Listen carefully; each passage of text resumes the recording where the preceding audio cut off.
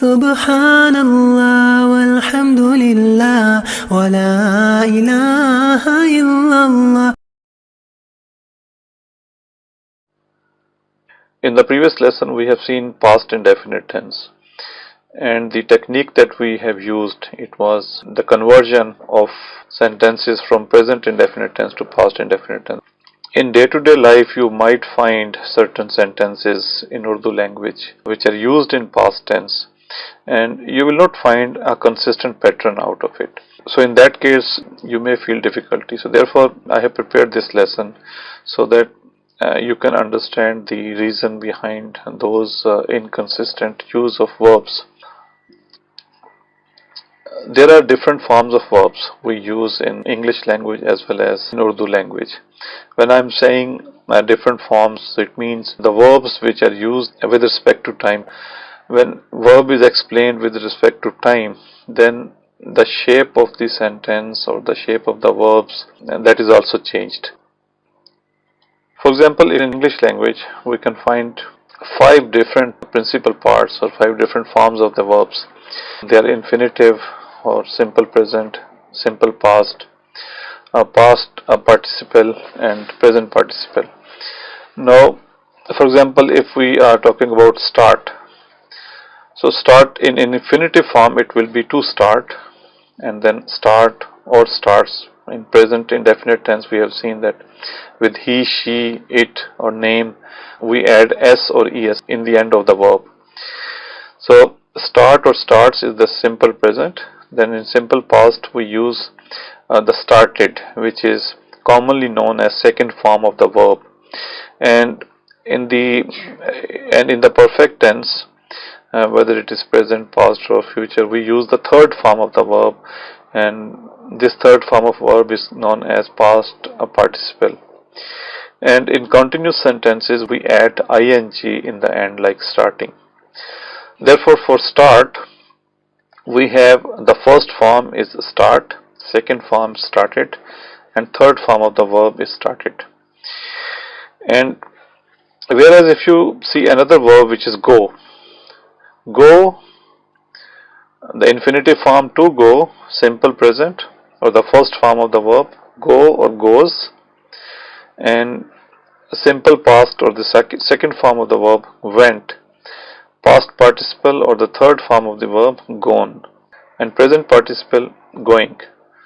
So go, went, gone, wash, washed, and washed, swim, swam, and swum, put, put,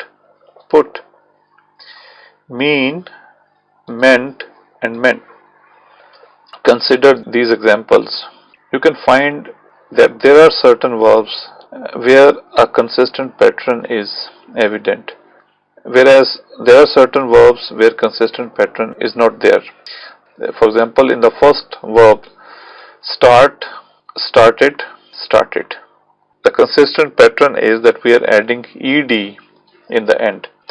Likewise, if you see go, there is no such pattern that exists between different forms. So go, went, gone, and all 3 forms are different. Similar rule we can draw for Urdu language. For example, if we take a verb come in English, come, came, come, this is irregular verb in English, whereas it is regular verb in Urdu. So the verbs which are regular or irregular in English language, it is not necessary that they will be behaving similarly in Urdu language. So you have to understand from the point of view of the pattern. If the consistent pattern is there, we can call it the regular verbs, and if the consistent pattern is not there, we'll call it irregular verbs. Come in English, it is irregular, come, came, and come. Whereas in Urdu, it is treated as regular verb in Urdu because you will find consistent pattern. The initial form of alimadda mean come, then infinitive form, that is the form of the verb without a relationship with time period, so ana. But when we are explaining verb with respect to time, then either it is the simple present, आता है, आती है, आते हैं, as we have seen in present indefinite tense, or simple past like आता था, आती थी और आते थे, as we have seen in past indefinite tense. Or in the coming lessons you will see different forms like आया था, आई थी, आए थे, or आया, आई, or आए. Then the past participle like आ चुका है, आ चुकी है, आ चुके हैं, या आ चुका था, आ चुकी थी, आ चुके थे. This is the use of verb in perfect tense, where we are using the third form of the verb. Here you can find alimada a that exists throughout the forms, and whether it is आता है, or it is आ चुका है, or it is आता था or आया था, you can observe a certain pattern, certain consistent pattern out of it. But there are certain verbs you might find a difference. For example, there's a word go, go, went, gone. This is irregular verb in English. But the same verb, which is ja, it can be seen as regular verb as well as irregular verb in Urdu. It is how we are using this verb. If the verb is regular or irregular in English, it doesn't mean that you will find the similar pattern in Urdu. There are certain sentences you will find जाता था, जा चुका था, जाता है. There is a pattern. So this is the regular use of the verb. But you might find that present indefinite tense we are saying जाता है. But when we are in a past indefinite tense, you will not find jata tha, you might find gaya tha or gaya. Whereas in the perfect tense, chala gaya tha ya chala gaya hai, or chale gaye the ya chale gaye hain.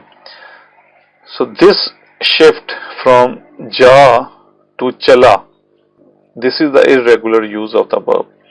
Therefore, this is very important to understand at this stage, that there are certain verbs in Urdu language, we are using it as regular verbs or we are following a consistent pattern. There are many verbs, they are treated in both forms, whether the regular or irregular, as you have seen in case of go. So if you are unable to recall conventional use of the verb like gaya tha or gayi thi, you can use the regular pattern like ja, jana, jata hai, jata tha, or ja chuka tha. In the beginning we have to be careful, but moment you are used to of it, you will be unconsciously using both forms, regular or irregular. The difficulty may arise if you are listening someone talking to you in Urdu language. Sometimes they are using the consistent pattern, or sometimes they are following the inconsistent pattern. This is where you need practice and you have to identify it, and I will try to give you sufficient information throughout these lessons so that you can understand these patterns. So that's all in this lesson. In the next lesson I will continue my discussion on past indefinite tense, and we'll see some further use of past indefinite tense. So that's all in this lesson. Thank you very much.